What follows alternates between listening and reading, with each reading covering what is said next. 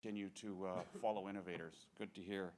What I'm going to do, just to identify a few of the Manning people in the hopes that when the networking session comes, you'll know who they are. Maybe by a show of hands, anybody who's here with our trustees, could you raise your hand? See Thomas over there, that's great. And of course myself. And how about our selection committee members? I see one, there's two, there's Jesse, that's great. Now, I have to stop for a minute, and I'm going to ask Jesse if you would stand for just 1 minute, if you would. Would you? Would you mind? You know how you think you've got everything down perfect, and we reviewed our program guide like 20 times, and we forgot to put her name in, and she's our newest selection committee member, and I would like to formally apologize for that. I know you would humble it and say it's not a big deal, but we are very, very glad to have you as our newest member. You fit in, oops, okay. You fit in just beautifully at our first committee meeting, and we look forward to working with you in the future. So I'm also curious, how many people are like teaching or a student here at Carleton by a show of hands? Okay, yeah, so we've got a really good mix of people. So make sure that we get all the Manning people and the Carleton people and teachers mixing during the networking session. So here at the Manning Awards, what we like to do is help recognize and promote those Canadians with the imagination to innovate and the stamina to succeed. And we like to do that at all levels. We think education occurs at all ages and all stages of life. And we pick up our award winners starting from the Canada-wide Science Fair out of some 400,000 plus students. We narrow that down to the top 4, we believe, according to our criteria. That's who you saw if you were at the awards gala last night. And then we have a level that moves up from there, the Innovation Awards, and it's reserved for people that perhaps don't have an extended formal education or research facilities behind them. And then we have 2 levels of awards that are open to anybody of innovations of any type. And you saw 2 of those last night. And I got to tell you, after 31 years, they're as good 31 years ago as they are today. Every year we're like, how were they always so good? So we really feel very proud as Canadians. I think the one that really sort of, many of them did, but there was one comment that hit my heart last night, and was one of the young Canadian winners said, I set my goal in year 1 of the Canada-wide Science Fair. I wanted to win a Manning Award, and she got it in year 3. And I finally thought, we're there. People are trying to get our award. So I was very proud of that. I'd also like to take a minute to thank our friends at Carleton. I've gotten to know you a lot better over the last year. Boy, what an open, welcome, warm, well-recognized group. I mean, you just have to look at how things are set up today. Nothing was ever a problem. You helped with budgeting, you helped with management, you helped organize the calls. We cannot thank you enough. You're helping us build another dream we had a couple years ago, which is every city we go into, if we could somehow get a symposium like this going, perhaps they would carry on after we left, and we'll eventually promote a series of these symposiums across the country. Lo and behold, there's another one on Saturday we're going to from the University of Alberta, who hosted their first symposium last year. So I know it'll go well today, and I would greatly encourage Carleton to think about hosting another one next year, whether or not we're here. You taught us a lot too. I mean, you've done, I don't know if you got it going, but you're looking at webcasting. You taught us about tweeting, set up accounts for us. And we actually just hope universities and educational institutions follow your lead and do what you've done here. So I'd like to have a big round of applause for Carleton. Thank you. So I guess I'm supposed to move on with my primary task here, which is, as they say, giving you the dirt on Mark. But it's pretty hard to find the dirt on Mark, but you can find out a lot about Mark. So what I can tell you, which isn't so extensive, I'd had to spend about an hour narrowing down all the things he's done to the time I'm allotted. I think everybody knows he hosts a morning talk show on Radio 580. In fact, I listened to him on the cab on the way out. It's like, this is Mark Sutcliffe. And I thought, wow, I was listening to you 30 minutes before I got here, and I haven't even met the guy. So good for you for being the man about town. You have a nightly talk show on Rogers TV, and a Sunday morning political show on CPAC, and a political pundit, I guess is the way he was described to me.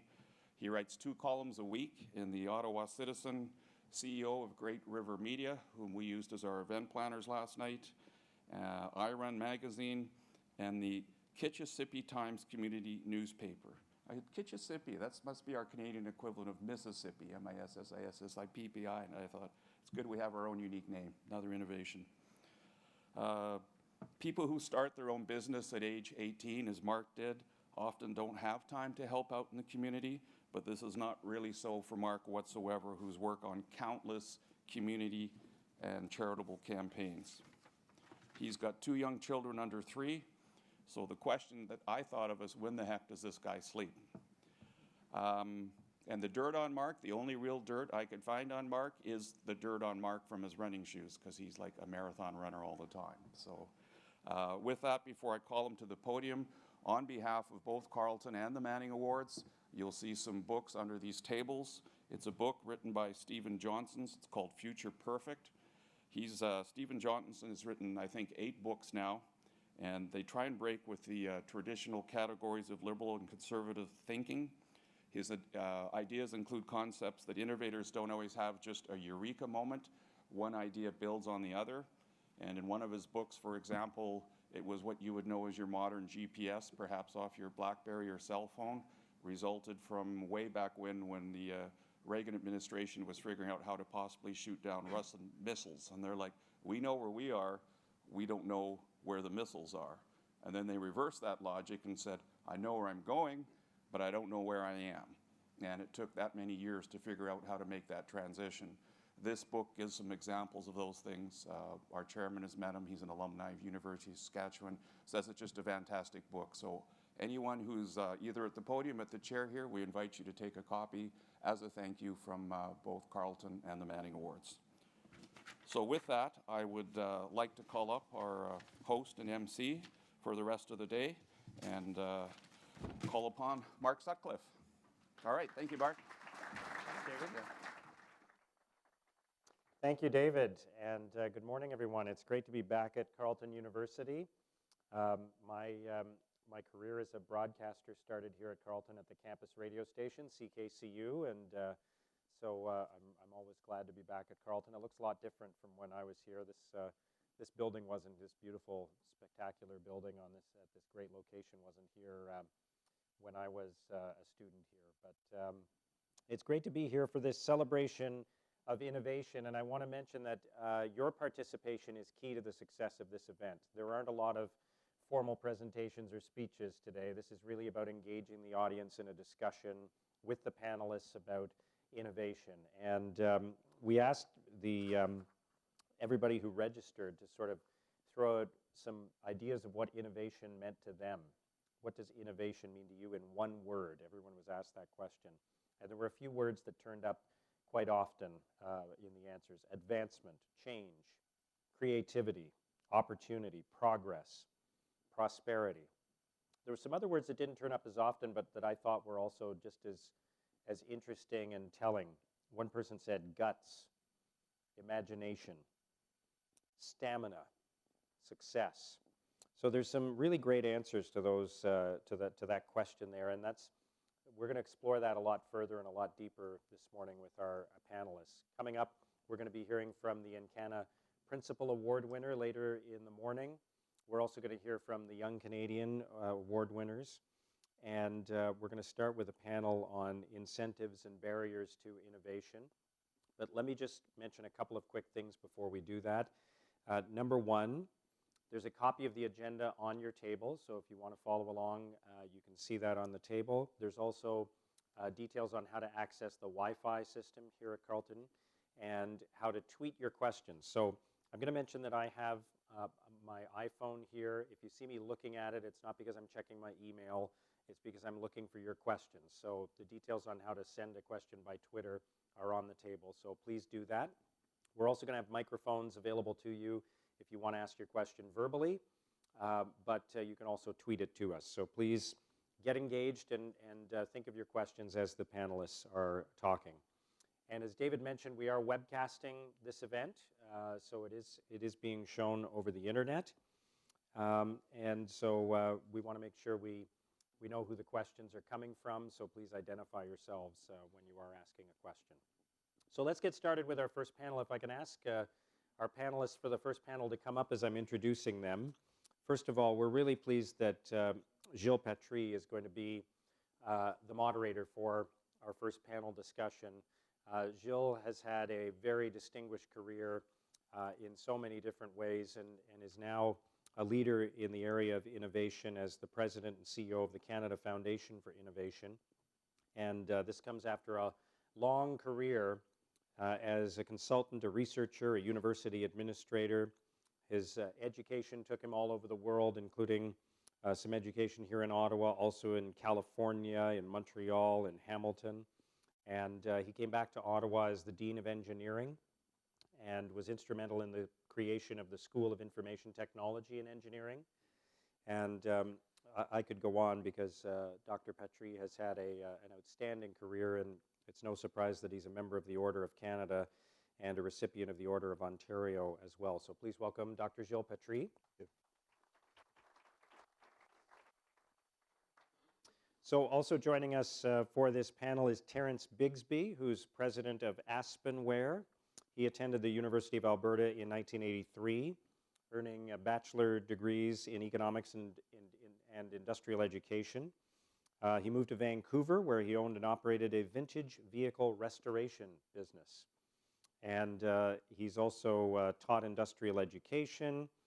He's inspired industrial arts students in Vernon, British Columbia. And he left the teaching profession about 8 years ago to devote full-time attention to Aspenware. So please welcome Terence Bigsby. And our next panelist is Dwight Dugo, who is the Assistant Dean of Science for Recruiting and Retention, the Associate Director in the School of Computer Science, and an Associate Professor here in the School of Computer Science at Carleton University. Dwight is also the CEO of Espirity Inc., where he developed the iParked.ca text message-based parking system that's used at Carleton University and at other parking locations in Ontario. And for that, he was actually nominated for a 2011 Manning Innovation Award. He's had a long and distinguished career as well and has been involved in all forms of object-oriented technology for more than 25 years as a consultant, a project mentor, and also an educator. Please welcome Dwight Dugo. And finally, for our panel this morning, Steve West, the Chief Executive Officer of Nordion, formerly MDS.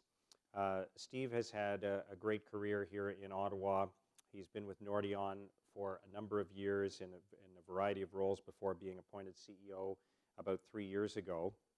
As many of you will know, Nordion is a world leader in providing medical isotopes for molecular imaging, the development and supply of radiotherapeutics for cancer treatment, and sterilization products and services for the prevention of disease. And Steve is a very active member of our local community. He's been a leader in a number of different causes, including the recent Ride the Rideau for the Ottawa Cancer Foundation. Steve's been involved in that since the beginning and has raised a ton of money for cancer research.